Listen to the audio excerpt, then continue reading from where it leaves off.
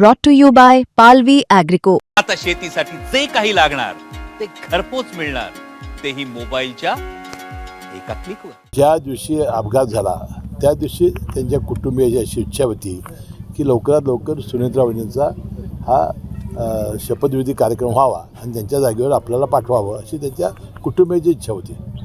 आता पवार घराणं हे 3 दिवसांनी आपले सगळे विधी आटोपतात, ते पुरोगामी घराणं आहे आणि त्यामुळे 3रा दिवस झाल्यानंतर 4थ्या दिवशी सुनेत्रा वहिनींना उपमुख्यमंत्र्याची शपथ दिली. आता मला एक सांगा, प्रफुल्लभाई पटेल अनेक वर्ष पवारसाहेबांच्याबरोबर त्यांनी काम केलेलं आहे, ते कार्याध्यक्ष म्हणून अनेक वर्ष राष्ट्रवादीचं काम करत आहेत आणि सुनील तटकरे हे साहेब हे प्रदेशाध्यक्ष आहेत. मग आता मला सांगा, दादांच्या अचानक जाण्यानं ही जबाबदारी कोणी मिटिंग कोणी बोलवायची, मिटिंग कोणी बोलवायची तुम्ही सांगा ना. ही जर विधिमंडळाची मिटिंग आहे तर कोणी बोलवायची, कोणी ते सांगा ना, अध्यक्षाने बोलवायची ना.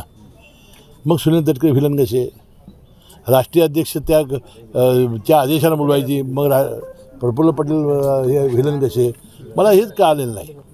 ज्या पक्षाची नेत्याची जबाबदारी तेव्हा त्यांच्यावर दुर्दैवानं नीतीनं टाकलेली आहे, त्यांनी जर काही पुढं पाऊल टाकलं आणि मिटिंग बोलवली आणि सुनेत्रा वहिनीलाच उपमुख्यमंत्री केलं तर ते व्हिलन कशी काय ठरू शकतात. ठीक आहे ना, त्याने आता भूमिका त्यांची काय आहे आम्हाला माहिती नाही. फक्त आमचं मत होतं की जे विलिनीकरणाबद्दल चर्चा हे करतायत म्हणजे राष्ट्रवादी साहेबांचा गट, त्या चर्चेमध्ये अजितदादा होते, आम्ही कोणी प्रमुख माणसं नव्हती एवढा आमचा दावा आहे. आणि आता समजा सुनेत्रा वहिनी आणि सगळे कुटुंबीय तर त्या जर मताचे असतील, राष्ट्रवादी सगळे नेते जर त्या मताचे असतील तर त्यामध्ये काही अडचण येण्याची आवश्यकता नाही. अजितदादांच्या निधनानंतर ह्या ज्या चर्चा झाल्या त्या चर्चेनंतर तुमच्याशी काही बोलणं म्हणजे राष्ट्रवादीचे जे आमदार मंत्री आहेत त्यांच्याशी या संदर्भातले काही बोलणं काही नाही. त्या दिवशी फक्त सुनेत्रा वहिनींचं शपथविधीसाठी आपली बैठक झाली, तशी बोलण्यासारखी परिस्थिती नव्हती, कारण सगळेजण प्रचंड एक दुःखाच्या ह्याच्यामध्ये होते. प्रचंड असा झटका बसलेला होता आणि एक ॲटोबॉम्ब पडावा असं राष्ट्रवादींच्या कार्यकर्त्यांच्यावर पडलेला होता, त्यामुळे सगळे सुन्न होते. पवार साहेबांनी बैठक घेऊन त्या ठिकाणी भूमिका मांडणार, काही शंका मनामध्ये आहे, अशा प्रकारची भूमिका मांडलेली आहे, काय वाटतं? त्याबद्दल सुद्धा मुख्यमंत्री महोदयाने आधीच चौकशी लावलेली आहे. त्याशिवाय केंद्र सरकारने सुद्धा चौकशी सुरू केलेली आहे. त्यातून जो ब्लॅक बॉक्स सापडलेला आहे त्यामुळे चित्र स्पष्ट होईल. जे अहवाल सादर केले जातात ते अगदीच दाखवायचे म्हणून काहीही दाखवले जात आहेत, जे महत्त्वाचे काहीतरी येणं गरजेचं आहे ते येत नाही असं. आता एक यातला महत्त्वाचा घटक म्हणजे पवार साहेब, त्यांनी सांगितलं हे काय अपघात नाही, हे प्युअर ॲक्सिडेंट आहे, अपघात असं सांगितलं त्यांनी. पण पवार साहेबांनी आता बैठका म्हणजे कौटुंबिक बैठका पवार कुटुंबियांच्या सुरू झालेल्या आहेत कालपासून, विशेषतः मोठ्या पवार साहेबांनी यामध्ये लक्ष घातलं नाही. त्यामध्ये बघा त्यांच्या बैठका त्यांचं सातत्याने कुटुंब हे एकत्रच होतं. दीपावळीच्या वेळेला सुद्धा ते सारखे एकत्र येत होते.